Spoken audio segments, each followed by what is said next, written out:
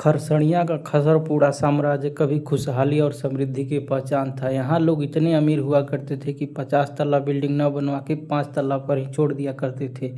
यहाँ की सड़कें बॉडी बिल्डरों की छातियों से भी चौड़ी हुआ करती थी। यहाँ के राजा का नाम बुल्ले राजा था, जो कि बुल्ले पहनकर गुल्ले उड़ाया करते थे।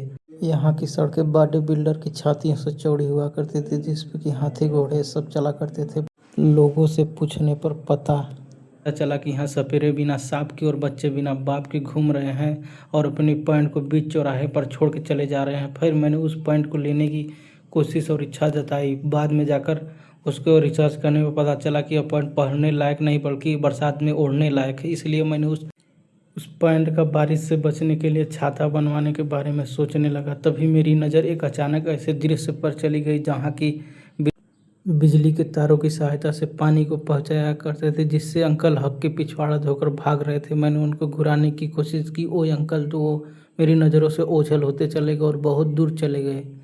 फिर मैंने 2 इमारतों के मध्य पहाड़ों से गुजरने वाली एक अद्भुत सड़क का आविष्कार किया, जिससे लोग ऊंचाइयों से चढ़कर युद्ध के लिए हाथी घोड़े ले जाया करते हैं।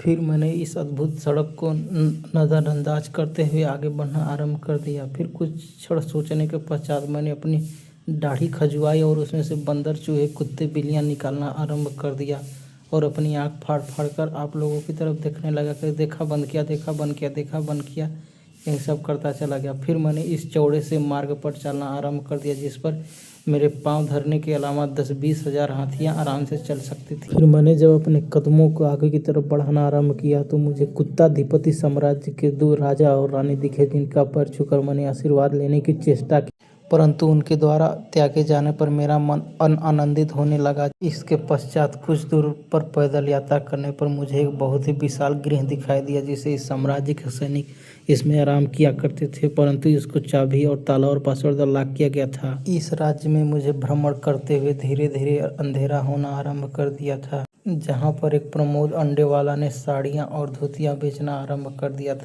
फिर मैंने सबको अपनी निगाहों में देखना आरंभ कर दिया। इसके बाद मेरे ऊपर कभी धूप, कभी छाँव, कभी दाएं, कभी बाएं हुआ करते थे। पीछे से अंकल टीटा पुपा चीचा करते हुए मेरे बगल से रथ लेकर गुजर रहे थे। तभी मेरी नज़र एक ऐसे साम्राज्य के सेनाधिपति पर पड़ी, तो उनसे पूछने पर पता चला कि यह कुत्ताधिपति साम्राज्य के बहुत ही बड़े सैनिक हैं, जो कि अभी अभी तत्काल में भर्ती होकर बंदूक चलाकर आए हुए थे।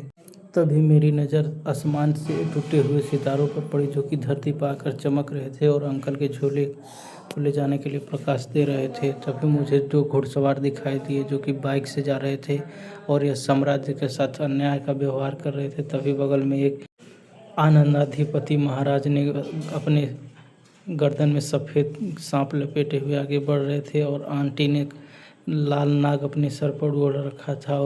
मेरा मार्ग इसी तरह आगे बढ़ता चला गया और आगे पहुंचा।